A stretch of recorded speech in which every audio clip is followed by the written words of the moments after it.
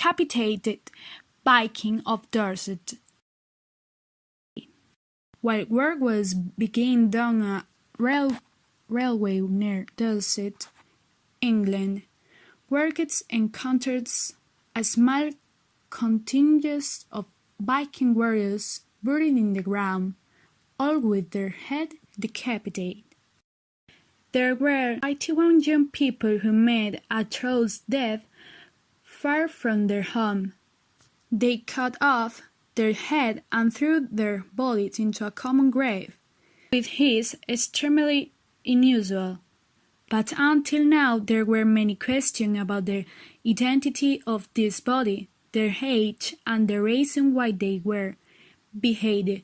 The carbon test had already dated the remains between the years 819 and 1030 after Christ, before the Norman conquest of England. The isotope analysis of Genta can provide clues about the water the person drank and therefore the climate from which it came. The result determined that everyone came from a colder climate than that of Great Britain, probably from Sweden or Norway, consuming a diet high in protein similar to what was common in Sweden. This means that there were possible Scandinavian Vikings who were executed by Anglo-Saxons. Many of those executed suffered multiple injuries probably caused by sword weapons in the skull, jaw, and neck, all as part of a behaving process, according to the Dorset County Council. A secular Viking fort in Denmark. A group of archaeologists have found the remains of a Viking fort in Denmark. This construction is believed to have been used to launch attacks to Britain with the purpose of invading it. This fort has a circular shape, and it was found in the Danish island of Zealandia. This is the fifth circular fort found in Danish territory, and the first found in more than 60 years. Even though there were Vikings in some other countries, these types of fortification exist exclusively in Denmark. This one in particular is considered to be from the 10th century, used as a military training camp, and is one of the biggest. It has 4 external doors located in the cardinal points, and a courtyard divided in 4 sections. This English mass grave may belong to Great Viking Army. For years, archaeologists were stumped. What happened to the Great Viking Army, a massive force that saved Great Swan of England in the 9th century but left barely a trace? Archaeologists now report the mass grave in England may contain nearly 3,000 Viking warriors, the only remain of the Great Viking Army's warrior ever found. Now, a new study suggests that dates were incorrect, and that the timing is right for the remains to have from the Great Army. The army was thought to have spent winter in their Berkshire for around 873 AD to 874, but initial analysis of the skeleton resulted in date for the 7th and 8th century. The new study cleared up the date discrepancy by taking into account one crucial detail: the Vikings have a high seafood diet. This skews a radiocarbon test, determining how much the Viking diet may have offset the initial carbon dating. The researchers reformed an initial terminated analysis on 17 is individuals from various locations at the massive gravesite, and well, a ship's yaw found on the gravesite. Now, feel comfortable to saying that nearly all the bone date up to the late 9th century, make it as strong possible that the bone come from the great Viking army. The Black Legend of the Vikings. Nowadays, people think of Vikings as Sadic barbarians who dedicated their lives to travel to different countries in order to steal from them and then destroy the place. But were they truly like this? Some recent researches and investigations say otherwise.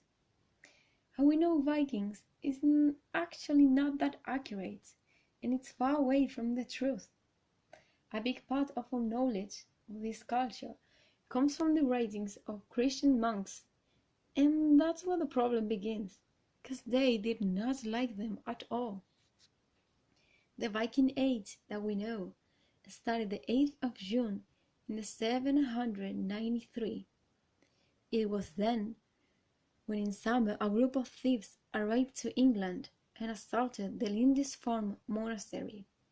As a result, a bunch of monks with no weapons to protect themselves were murdered. This first attack was known by everyone and everywhere at that time, and still nowadays. When people of their time wrote about this, they described the Vikings as pagan barbarians with no respect for anything. They even described them as animals such as wolves for their aggressiveness.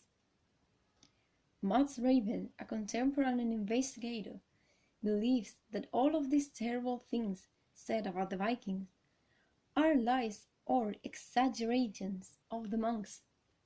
He says that in reality they helped to build a Scandinavian multi-ethnic culture, and Vikings were not even the worst intruders.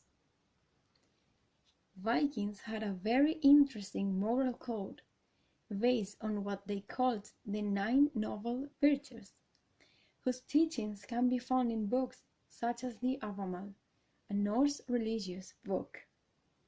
Noble virtues such as courage, which they believed was one of the most important things to have in life. Vikings were known for warriors, and a warrior cannot fight without courage. Honesty, as they said, a true Odinson will never lie. You have to say the truth even if it hurts. Honor, that's why they were fighting for. Honor for them, for their people, for their gods. Loyalty, talking about their people, they were very loyal to their friends, family, and partners. They also believed that promises were sacred, and therefore you always have to keep yours. Discipline for fighting. Hospitality. If a friend comes from far away, you have to keep them in your house, feed them, and make them feel comfortable. Productivity. You have to work to help your society. Perseverance. Never give up. Even if the winter stays for too long, you have to keep going. And last, but certainly not least, confidence. You have to have confidence in yourself, in what you do, in order to be true to yourself, which is highly important. As we can see over here, there are not such things as murder or stealing, things that the England people believed that was what the Vikings did, all of what the Vikings did, which was not. Vikings could have done many bad things, but they were not an evil culture. They were not hurting everyone around them just because they wanted to. They were not the pagan barbarians that they have made us believe, that history has made us believe. They had a really great moral code, and their gods and culture in general is a very interesting one. So don't be fooled study about them, because they are definitely a great culture to study from. Confirmation of the large-scale presence of Viking in North America. The same way that the rising temperature will make the glaciers rebuild their secrets, the coast of Canada, in the process of thawing, will bring to life a network of Viking settlement that will cause the discovery of America to be rewritten. We have already identified 2 Viking settlements in America. The idea that the Vikings have reached the new continent comes from afar.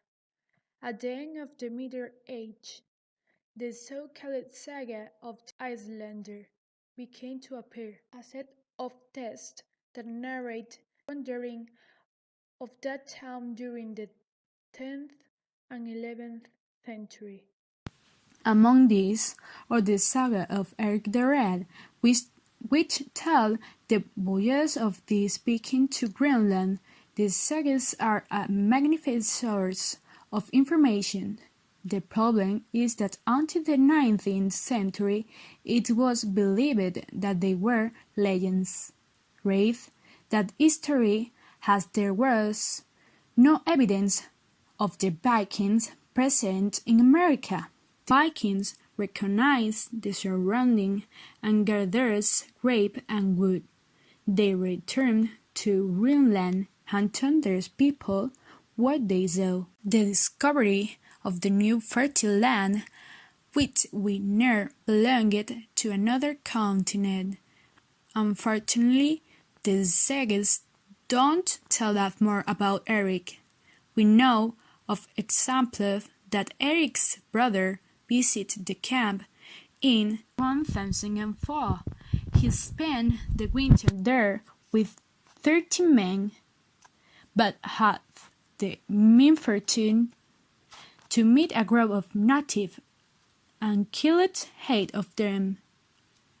Those who didn't die returned to reinforcements and attacked the Viking camp, killing Eric's brothers with an arrow. The surviving Vikings spent another winter before returning to Greenland.